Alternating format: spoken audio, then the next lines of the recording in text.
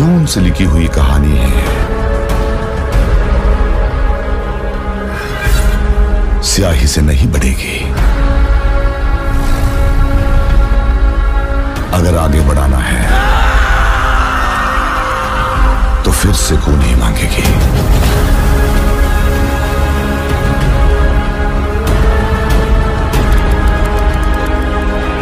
There will be no more tolerance. मेरे पास भी हथियार है। घुस के मारेंगे। तलवार चलाकर खून बहाकर जंग लड़ना तबाही नहीं, तरक्की होती है।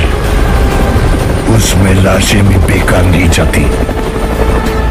चाहिए तो गिद्धों से पूछ ले।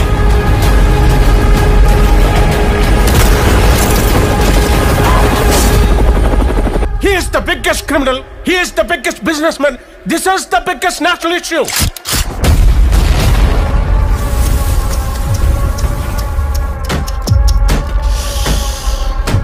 Violence, violence, violence.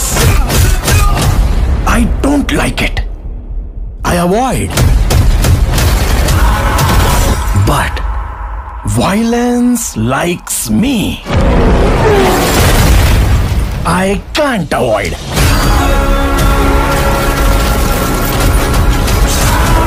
मैं तुम्हारा सब कुछ छीन लूंगी। कह देना उनको कि मैं आ रहा हूं अपनी KGF लेने। मेरे दोस्ती लायक कोई यार नहीं। मेरे दुश्मनी झेल सके ऐसी तलवार नहीं। बिजनेस करेंगे। ऑफर क्लोजेस सून।